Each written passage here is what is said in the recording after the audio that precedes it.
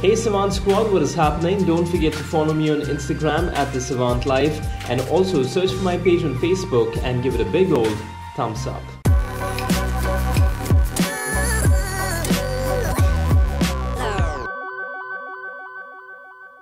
What is happening, my lovely friends of YouTube? Well, this is another brand new episode of The Savant Life. I'm a little under the weather, but that's how the weather has been in Bangalore, so there's absolutely nothing that you can do about it. However, this video is not to lament about me not being well, but it's about really finding out the 5 things that you absolutely should know before you decide to go ahead and buy the Apache RTR 164V, which by the way is an absolutely banging bike. Now, in case you don't like viewing my face and instead prefer much looking at the bike and me riding the bike live and giving you my first-hand impressions of it, then you can go ahead and check out the ride and review video that I made. I'll leave the link to that in the description section, also link it up somewhere over here. But if you've already watched that video and you're on the cusp of making a decision, but you really need to know all of the nitty-gritties about the Apache RTR 164V, which by the way, full disclosure, I think is a kick-ass phenomenal bike. I rate it as the #1 bike in that 150 to 160cc segment, then you've come to the right place. And without any further ado, let's get things started right here, right now.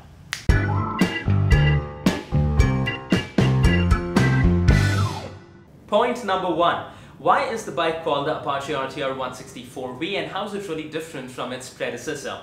Well, let me tell you a little story. I think TVS was really beginning to realize that the other competitors that it has in the market, including the Gixxer, the Honda Hornet, the Yamaha FZ 2.0, all of these bikes were making drastic improvements, and if TVS did not do anything about their own bike, they were going to get eaten up for lunch.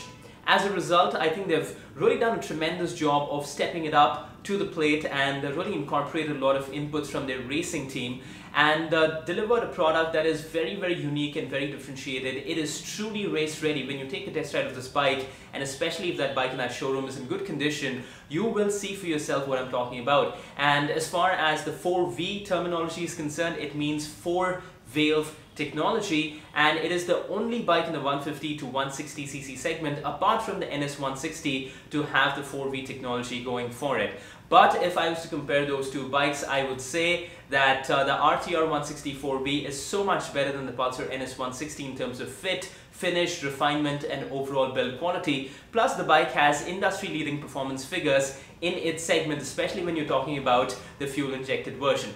What is the fuel-injected version, you ask? Well, what a beautiful way to segue into our next point.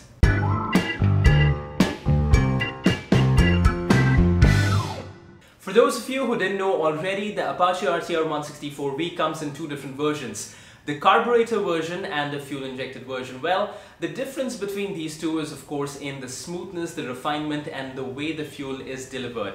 However, I would say that ultimately these are minor differences, even though the manufacturer will make it out to be like a huge difference between these two versions, will charge you a premium.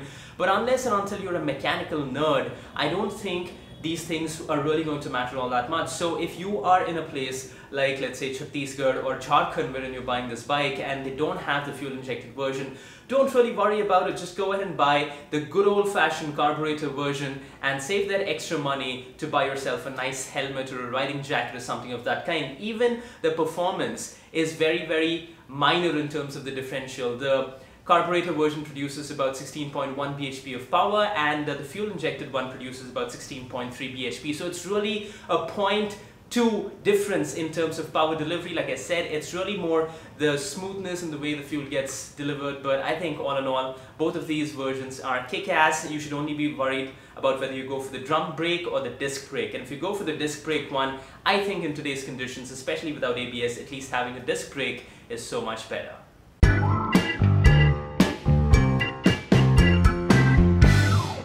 Well, now let's talk about mileage. The favorite question on all of our Indian minds. Kitna deti hai babu?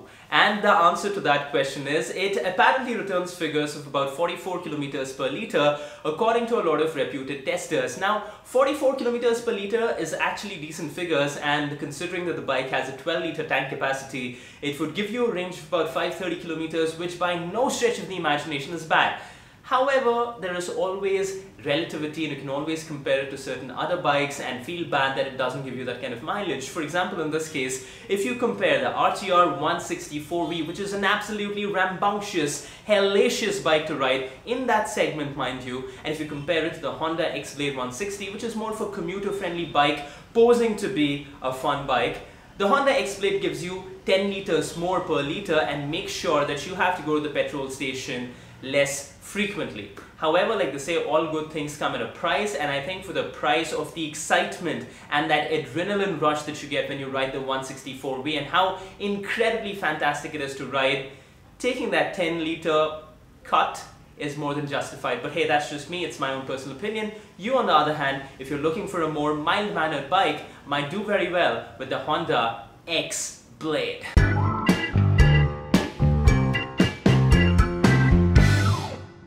Now let's talk about the color schemes that the Apache RTR 164V is presented to us customers. Now, for those of you who might remember, the Apache RTR 200 actually came, or probably still comes, in 7 different colors. That is mind-boggling. There are 7 colors in the rainbow and 7 colors in the Apache RTR 200 series. However, TVS has not really expanded their horizons all that much in this case, and I think that's for the better. They have only 3 colors and all of them are actually pretty good. I personally love the blue and the silver version.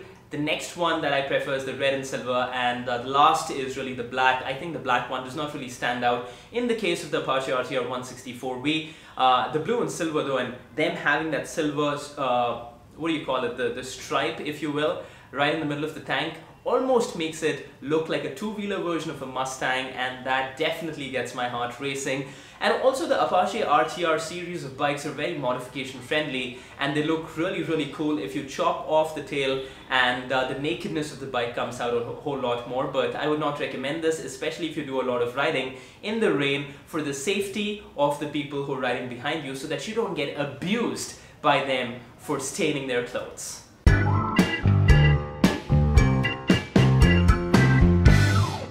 And finally, let's talk about the pricing of the bike. And right off the bat, I have to say that the Apache RTR 164V is not the most inexpensive bike in this category. In fact, I think it might be skimming the surface of being one of the costliest bikes in the segment, but not by much. That is the good news, and I think that small premium that they're charging is definitely worth it. It has 3 different versions: the drum brake version, which comes in at about 99,000 rupees on road in Bangalore.